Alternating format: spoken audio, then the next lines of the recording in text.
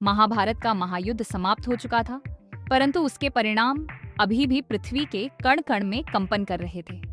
हस्तिनापुर की राजगद्दी पर अर्जुन के पौत्र राजा परीक्षित विराजमान थे। ये वही हस्तिनापुर था जिसे आज उत्तर प्रदेश के मेरठ जनपद के समीप गंगा तट के प्राचीन अवशेषों में पहचाना जाता है। गंगा की धारा तब अधिक विस्तृत थी। चारों ओर घने वन, मृगों के झुंड और आश्रमों की शांत परंपरा थी।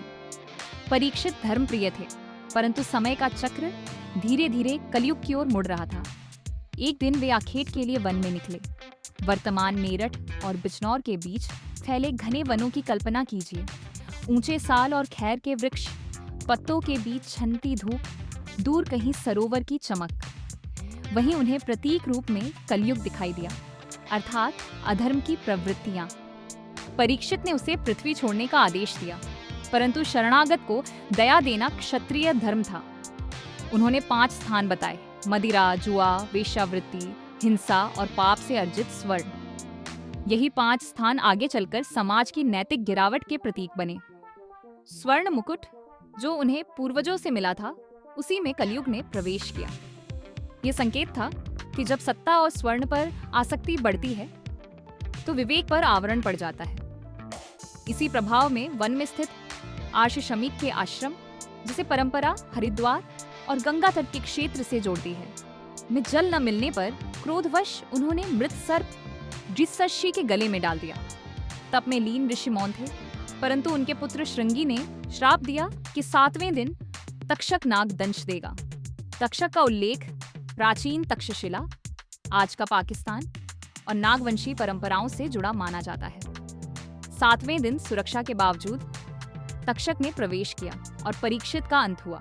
उनके पुत्र जन्मेजय ने कुरुक्षेत्र के मैदान में, जहां आज भी हरियाणा में ब्रह्म सरोवर स्थित है, सर्पसत्र यज्ञ कराया।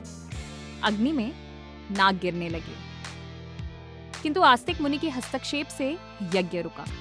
कथा कहती है कि प्रतिशोध की अग्नि शांत तो हुई, परंतु नागों और कुरुवंश के बीच सूक्ष्म वैर शेष रह गया।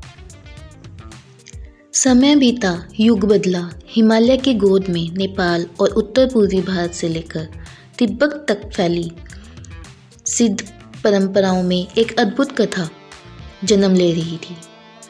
एक बालक अशुभ नक्षत्रों में जन्मा, समुद्र में फेंका गया और एक विशाल मछली ने निगल लिया। यह प्रसंग बंगाल की खाड़ी और उड़ीसा बंगाल तट की लोक कथाओं से भी जुड़ा है।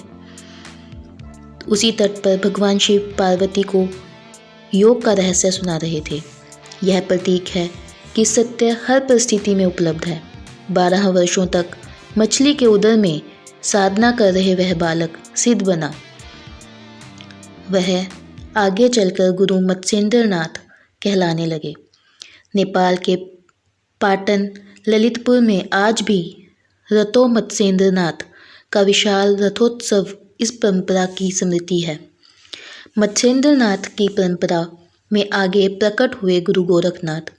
उत्तर प्रदेश के गुरु गोरखपुर में स्थित गोरखनाथ मठ इस परंपरा का प्रमुख केंद्र है। कथा कहती है कि एक स्त्री ने उनके दिए प्रसाद को गोबर के ढेर में फेंक दिया और 12 वर्ष बाद वही तेजस्वी बालक प्रकट हुआ गुरु गोरखनाथ के नाम से। यह कथा प्रतीक है कि जिसे हम तुच्छ समझते हैं वहीं से दिव्य प्रकट हो सकती है। अब कथा राजस्थान की धरती पर उतरती है। चूरू जिले का ददरेवा गांव, रेतीली हवाएं, दूर दूर तक फैले टीले और क्षितिज पर झिलमिलाती धूप, यही चौहान वंश का प्रभाव था। माता बाछल संतानहीन थी। उन्होंने तप किया, गुरु गोरखनाथ प्रकट हुए और वरदान दिया।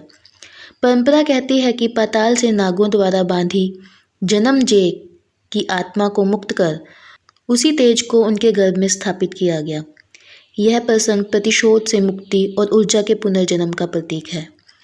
भाद्रपद शुक्ल नवमी विक्रम संवत 1003 के आसपास ददरेवा में एक बालक जन्मा। वही आगे चलकर गोगा जी कहलाए। राजस्थान, हरियाणा, विशेषकर हिसार, सिरसा और पंजाब के क्षेत्रों में आज भी उनके मंदिर और थान मिलते हैं। उन्हें जहारवीर कहा जाता है। नागों के अधिपति। लोक विश्वास है कि सांप के दंश से रक्षा हेतु उनका स्मरण किया जाता है। बाल्यावस्था से ही उनके जीवन में अद्भुत घटनाएं जुड़ी रही। विष का असर न होना, तक्षक से सामना और अंततः नागों पर नियंत्रण, ये सब प्रतीक है कि जिसने भीतर के विष अर्थात क्रोध और प्रतिशोध पर विजय पा ली वही सच्चा वीर है। उनका नीला घोड़ा भी लोक कथाओं में अलौकिक माना गया। ददरेवा और कोगामाड़ी, हनुमानगढ़ जिला आज भी उनके प्रमुख तीर्थ हैं, जहां प्रतिवर्ष भादवा मेले में लाखों श्रद्धालु आते हैं। गोरखनाथ ने उन्हें योग शिक्षा दी। वर्षों की साधना के बाद वे केवल योद्धा नहीं रहे बल्कि लोक देवता बन गए।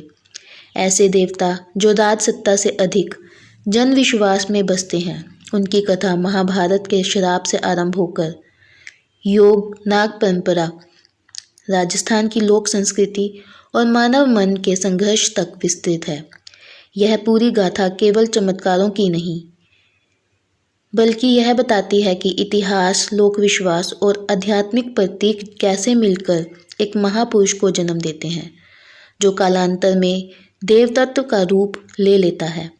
यदि आप चाहें तो अगला भाग गोगा जी के लोक देवता रूप, गोगामाड़ी मेले और ऐतिहासिक लोक सांस्कृतिक विश्लेषण के साथ और भी गहराई से लिखा जा सकता है। तो जानने के लिए मिलते रहेंगे। धन्यवाद।